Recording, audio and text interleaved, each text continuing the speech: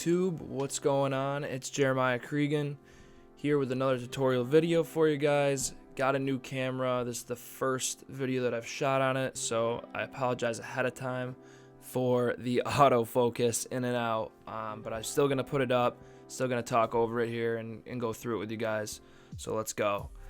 I got my 2-guard closed using my Babyliss clippers, going right up to the crown of the head and clearing out some space here to start a nice clean fade.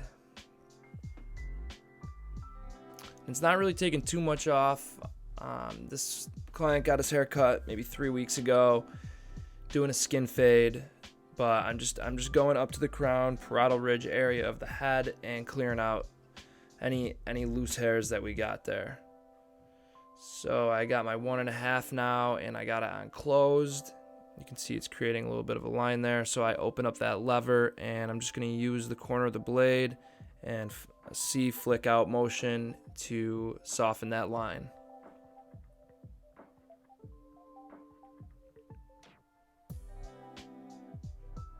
We're going to do the same thing on the other side that we did to the side before this. And I'm just taking the 1.5 closed,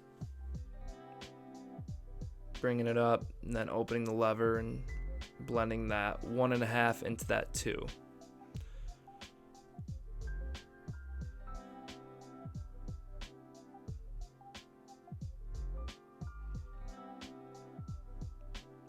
Now I got my 1-guard, and I got it closed, and I'm just going up about a 1/2 inch underneath that 1.5 close that we did in the previous step.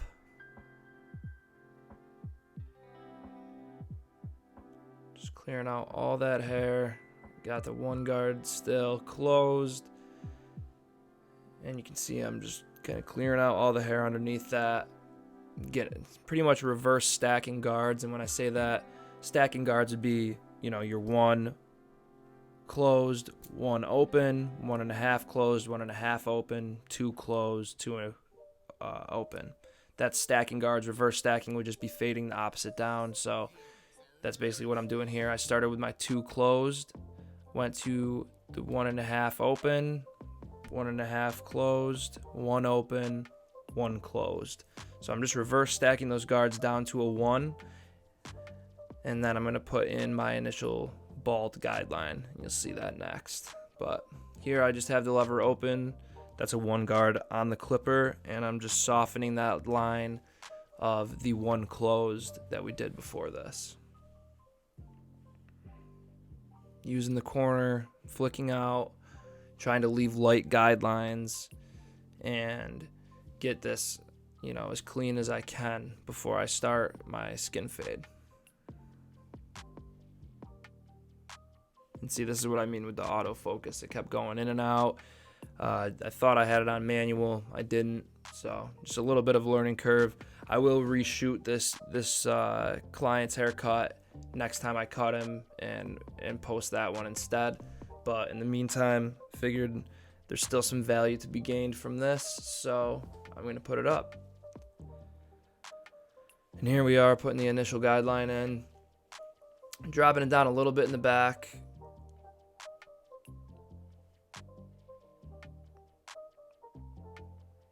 Doing the same thing to the other side, making sure both sides are even.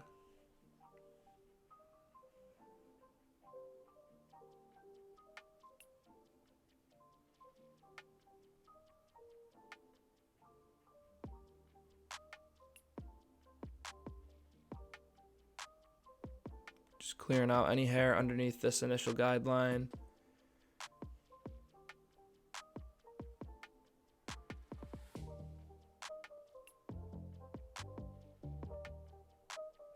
Brushing the hair off, keeping my workspace clean.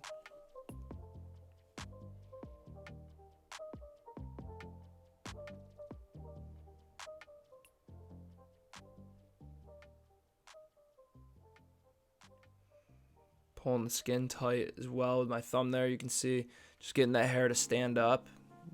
Gets the closest cut possible, which is good because we're going to use our shavers after this. I want the hair to be as short as I can get it.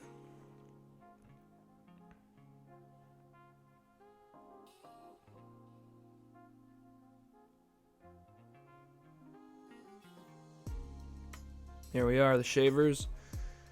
And I'm just gonna go right up underneath that initial guideline that we did with the trimmers just now, flicking the shavers into that, so I shouldn't have to blend too much from the shavers into the trimmer line. It should kind of blend itself. If there is any line, what I'll do is I'll take these trimmers and I'll just these shavers, and I'll just tap on that line, and it should get it to go away. Sometimes you can just tap down on it and it'll get it to go away.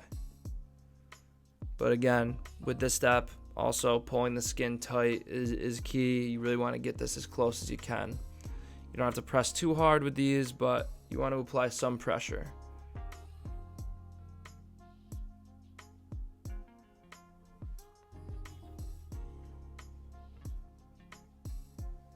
Alright, so we're going to grab our clippers, and I have the lever closed, and I'm just going to go up about a 1/4 inch above that initial guideline that we put in, and start our skin fade here.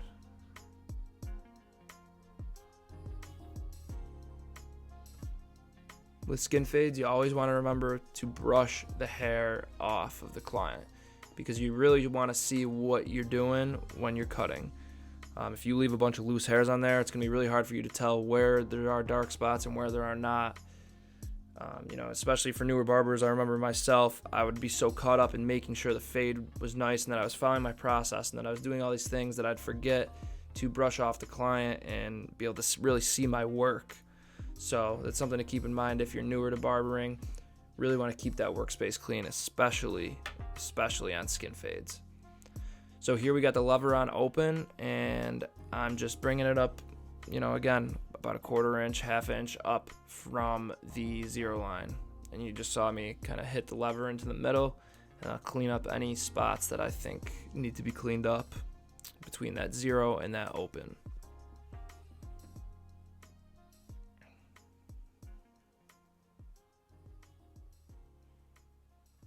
Using the corner here. See, look at that. Oh my gosh. Auto-focusing. Crazy. But yeah, I'm just blending that out.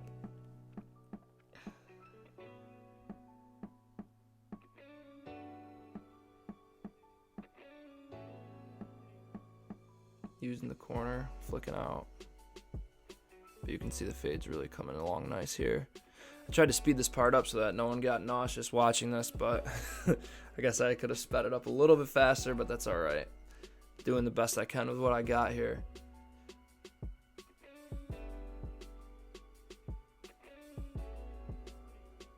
And I got the lever open here, and I'm just bumping out that line. You can see that line right there, the back right corner of his head.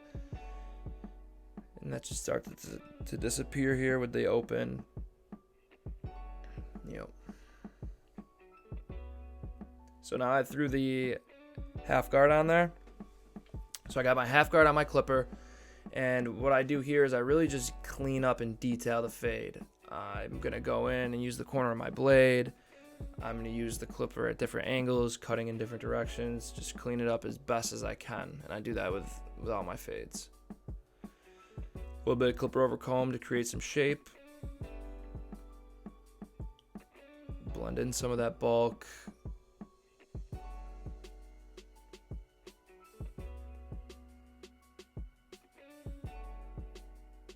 This is a good example of a haircut that looks better when you cut the crown a little bit shorter. So some people might drop this type of fade a little bit more in the back and leave the crown long, but with his kind of hair, I think it looks much better to cut the crown a little bit shorter, so that's what I did in this scenario.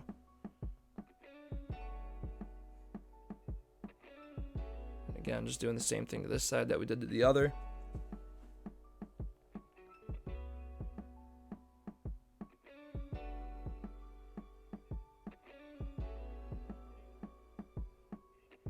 So we're gonna get some water on there, comb it out, and we're gonna cut the top. So I start in the back and I draw a horizontal guideline, horizontal section I should say, and I pull up the hair back near the cowlick, and I'm just gonna move about 1/2 inch sections up till the front of the head and keep matching it with that back guideline. So I'm pretty much just creating a guideline down the center of the client's head, and I'm going to use that guideline to match both sides of the top of his hair.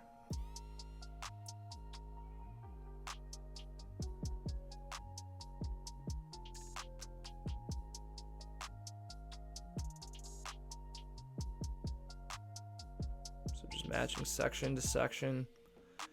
It should all be nice and even.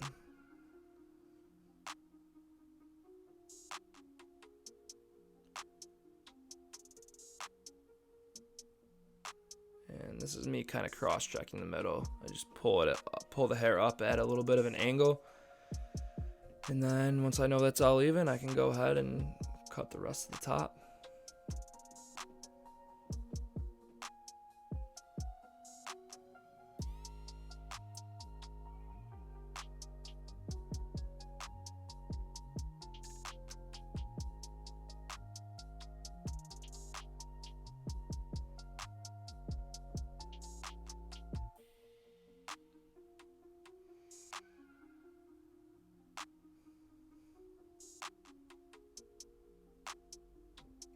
Doing a little bit of cross-checking here. See how I grabbed the hair at a little bit of an angle? So that should allow me to get hair from multiple different sections, and that's basically all cross-checking is making sure that the hair is symmetrical and even from section to section.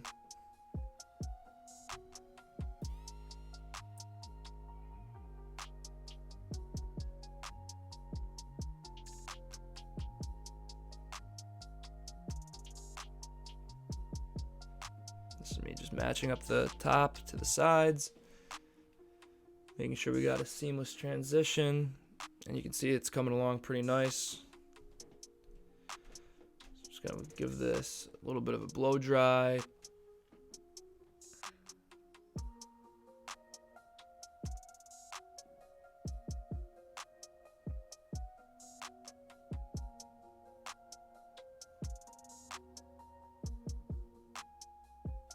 We're gonna go ahead and shave the neck. I always have used hot lather for the neck shave. I know that especially newer barbering, you know, a lot of people are using shave gel. Both work fine, but I think that the hot lather adds an element of value. I know that a lot of clients look forward to it.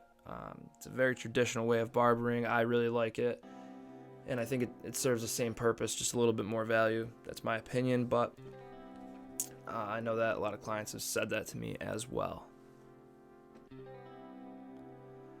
we're gonna go ahead and shave, do a little bit of a style,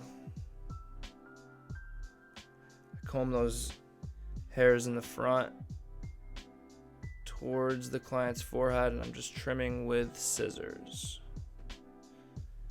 Fine-tuning work at the end of the haircut here, whether you do it with trimmers or shears or both. I usually will use both.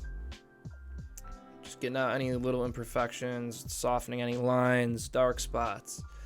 This is a huge part of the haircut. This is kind of where you make all the little details come together.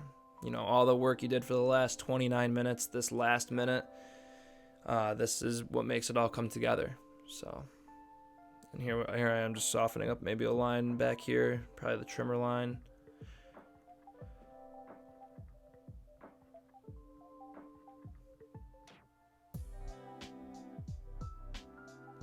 So I take my chunking shears. These teeth are a little bit wider than the thinning shears or texture shears, and they give a little bit more texture, but just softening up, taking some weight out of the colic area, and around the parotid ridge and crown area. So here's the before, guys, and here's the after. Skin fade, scissors on top, pushed over to the side. If you guys like this video, hit the like button, leave me a comment, tell me what you thought. Subscribe to the channel if you haven't already. More tutorials like this coming every week. Really appreciate you guys tuning in and watching. I will talk to you guys next video. Peace.